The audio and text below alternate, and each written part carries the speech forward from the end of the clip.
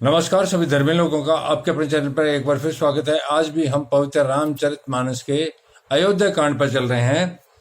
उस समय देवता, नाग, किन्नर और दिक्पाल चित्रकूट में आए, क्योंकि श्री रामचंद्र जी का निवास स्थान उस समय चित्रकूट में था। और श्री रामचंद्र जी ने सब किसी को प्रणाम किया। देवता नेत्रों का लाभ पाकर आनंदित हुए। देवता नेत्रों का अर्थात आंखों का लाभ पाकर उनकी आंखों ने श्री रामचंद्र जी के दर्शन किए, इसलिए उनको नेत्रों का लाभ हुआ और उससे उनको आनंद की प्राप्ति हुई।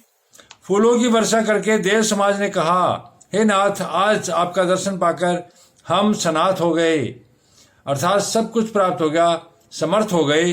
फिर विनती करके उन्होंने अपने दुस्सह दुख सुनाए और दुखों के नाश का आश्वासन पाकर हर्षित होकर अपने अपने स्थानों को चले गए। अर्थात देवताओं ने भी श्री रामचंद्र जी को अपने दुख सुनाए और दुखों का निवारण अर्थात नाश का आश्वासन पाकर वे खुश हुए। श्री रघुनाथ जी चित्रकूट में आ बसे। यह समाचार सुनकर बहुत से मुनि आए। रघुकुल के चंद्रमा श्री रामचंद्र जी ने मुदित हुई मुनि मंडली को आते देखकर दंडवत प्रणाम किया। मुनिगण श्री राम जी को हृदय से लगा लेते हैं और सफल होने के लिए आशीर्वाद देते हैं। वे सीता जी, लक्ष्मण जी और श्री रामचंद्र जी की छवि देखते हैं और अपने सारे साधनों को सफल हुआ समझते हैं। प्रभु श्री रामचंद्र जी ने यथा योग्य सम्मान करके मुनि मंडली को विदा किया। श्री रामचंद्र जी के आ जाने से वे सब अपने अपने आश्रमों में अब स्वतंत्रता के साथ योग, जप, यज्ञ और तप करने लगे। यह श्री राम जी के आगमन का समाचार जब कोल भीलों ने पाया, अर्थात जो जंगलों में कोल और भील जातियां रहती हैं, उन्होंने पाया तो वे ऐसे हर्षित हुए मानो नवोनिधियां, जो संसार की सब कुछ प्राप्त कराने वाली नव विधियां निधियां हैं, उनके घर पर आ गई हो। वे दोनों में कंद मूल फल भर भर कर चले, मानो दरिद्र सोना लूटते चले हो। उनमें से जो दोनों भाइयों को पहले देख चुके थे, उनसे दूसरे लोग रास्ते में जाते हुए पूछते हैं। इस प्रकार श्री रामचंद्र जी की सुंदरता कहते सुनते सबने आकर श्री रघुनाथ जी के दर्शन किए। भेंट आगे रखकर वे बाहर जोहार करते हैं और अत्यंत अनुराग के साथ प्रभु को देखते हैं। वे मुग्ध हुए, जहां के तहां मानो चित्र लिखे से खड़े हैं। उनके शरीर पुलकित हैं और नेत्रों में प्रेमाश्रुओं के जल की बाढ़ आ रही है। श्री राम जी ने उन सबको प्रेम में मग्न जाना और प्रिय वचन कहकर सबका सम्मान किया।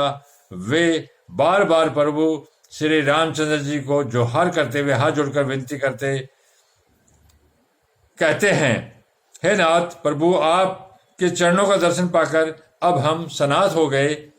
कौशल राज, हमारे ही भाग्य से आपका यहाँ शुभ आगमन हुआ है। अर्थात वहां के लोगों ने श्री रामचंद्र जी के दर्शन करके और अपने ही सौभाग्य को श्रेष्ठ माना, क्योंकि उन्होंने सोचा कि श्री रामचंद्र जी के दर्शन उनके भाग्य के कारण हुए हैं। हे नाथ, जहां जहां आपने अपने चरण रखे हैं, वे पृथ्वी, वन, मार्ग और पहाड़ धन्य हैं। वे वन में विचरने वाले पक्षी और पशु धन्य हैं, जो आपको देखकर सफल जन्म हो गए। हम सब भी अपने परिवार सहित धन्य हैं, जिन्होंने नेत्र भरकर आपका दर्शन किया। आपने बड़ी अच्छी जगह विचार कर निवास किया है। यहाँ सभी ऋतुओं में आप सुखी रहिएगा। हम लोग सब प्रकार से हाथी, सिंह, सर्प और बाघों से बचाकर आपकी सेवा करेंगे। हे प्रभु, यहाँ के बीहड़, वन, पहाड़, गुफाएं और खो, दर्रे इत्यादि सब पग पग पर हमारे देखे हुए हैं। हम वहां उन स्थानों में आपको शिकार खिलवाएंगे और तालाब, झरने आदि जलाशयों को दिखाएंगे। हम कुटुंब समेत आपके सेवक हैं, हे नाथ, इसलिए हमें आज्ञा देने में संकोच न कीजिएगा।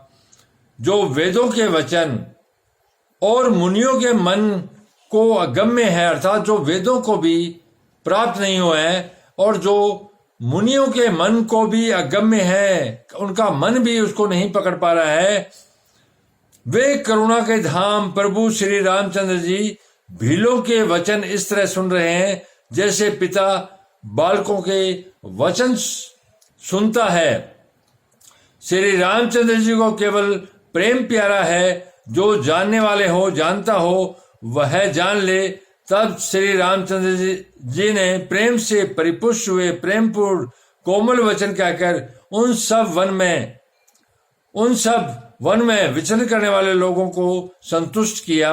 फिर उनको विदा किया। वे सिर नवाकर चले और प्रभु के गुण कहते सुनते घर आए।